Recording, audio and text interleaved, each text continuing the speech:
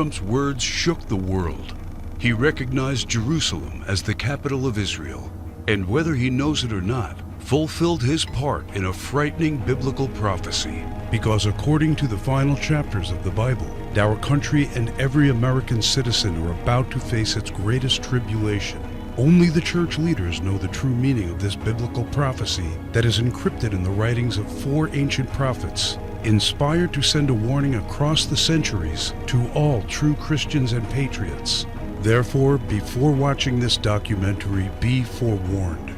You are about to see how all the world's leaders and their armies are silently playing their part in the lead up to the greatest and darkest event in human history. An event that may leave 290 million Americans dead in its wake. Once you witness the chilling evidence of the words of our Lord coming true, there is no turning back. It will simply be impossible for you to go about your daily life like you used to before knowing the truth. But take comfort, for it is God's will that you are here now so that you may have the time to prepare and maybe grant you salvation from all the wickedness of our times. And if you're feeling skeptical right now, let me ask you one question. Who would have thought 70 years ago that the Jewish people would have a country to call their own? Only those who read Ezekiel chapter 37. That is what the prophet wrote 2,700 years ago. The hand of the Lord was on me and set me in the middle of a valley. It was full of bones. Then he said to me, "These bones are the people of Israel, my people. I will take the Israelites out of the nations where they have gone. I will gather them from all around and bring them back into their own land. I will make them one nation in the land on the mountains of Israel." Word by word, the prophecy made by Ezekiel came true. In 1947, the nation of Israel was born after the horror of the Holocaust, symbolized by the Valley of Bones.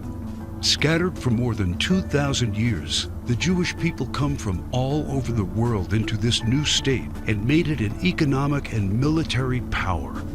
Yet, it was not whole.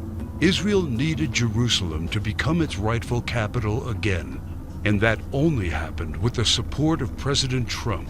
However, to the north of Israel, other biblical prophecies have come true.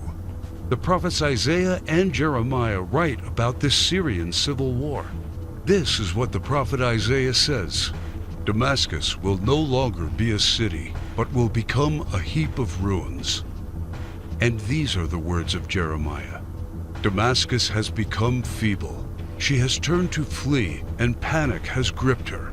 Anguish and pain have seized her. Surely her young men will fall in the streets." For 5,000 years, the capital city of Syria stood as one of the oldest and most prosperous cities in the world. But the civil war began in 2011 and turned it into a ruin. Not only do the prophets talk about the war, but also the refugee crisis and the deaths of its men fighting for one side or the other.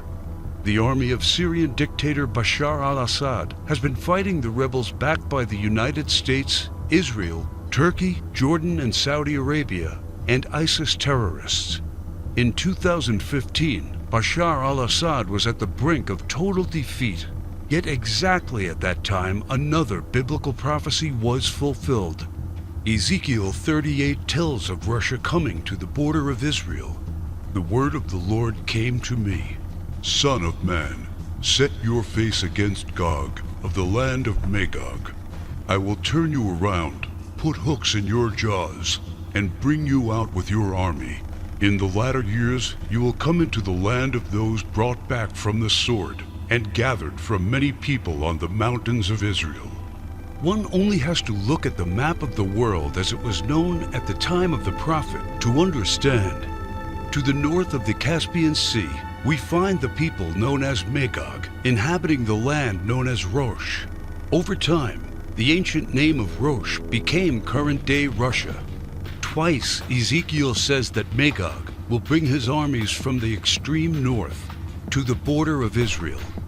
None other than President Ronald Reagan, a devout Christian, said many times he truly believed Russia to be Magog according to Ezekiel. What about the word Gog? Bible scholars agree that the word Gog is not an actual name, but a title. He is the ruler of the land of Magog, like a king or a czar. Ezekiel clearly says that Russia will come to the mountains of Israel in the latter years. This happened in September 2015 and never before.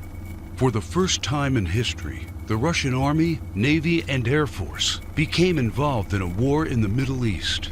According to Ezekiel, Magog's armies has several allies: Persia, Cush, and Gomer and Togarmah.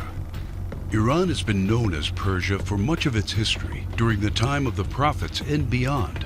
Right now, Iranian troops are on the ground in Syria, fighting side by side with the Russians and the forces loyal to the regime of Bashar al-Assad. Put and Cush are the ancient names of Libya and Egypt. Egypt and Libya both suffered civil wars, and the new leadership is very friendly to the Russians. But the greatest surprise is the land known to Ezekiel as Gomer and Togarmah. The historian Flavius Josephus references Togarmah and Gomer as the people that lived on the territory of present-day Turkey. In fact, Turkish history books identify these tribes as living on their land at the time of the prophets. 3 years ago, Turkey was a strong NATO ally, but everything changed after the failed coup attempt in 2016. Now, Turkey has become increasingly hostile to NATO and the United States. It forced NATO to remove forces from its bases. It's buying weapons from Russia.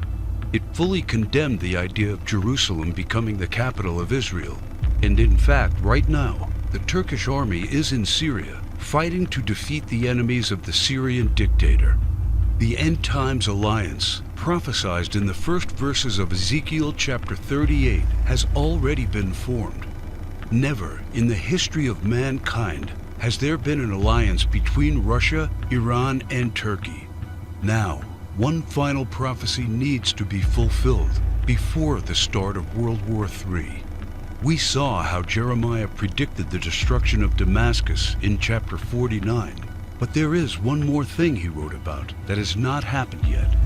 And I will kindle a fire in the wall of Damascus, and it shall consume the palaces of Ben-Hadad.